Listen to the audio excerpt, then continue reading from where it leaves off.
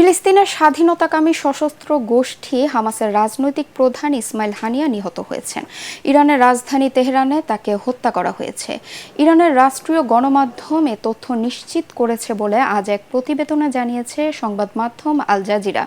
সংবাদ মাধ্যমটি বলছে, হামাসের রাজনৈতিক প্রধান ইসমাইল হানিয়াকে ইরানের রাজধানী তেহরানে হত্যা করা হয়েছে বলে জানিয়েছে ইরানি গণমাধ্যম।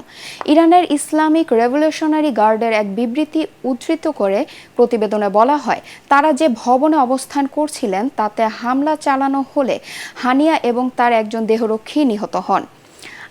আইআরজিসির বিবৃতিতে আরও বলা হয়, মঙ্গলবার ইরানের প্রেসিডেন্ট মাসুদ পেজেশকিয়ানের অভিষেক অনুষ্ঠানে যোগ দিতে হানিয়া তেহরানে যান। সেখানেই হামলা চালানো হয়।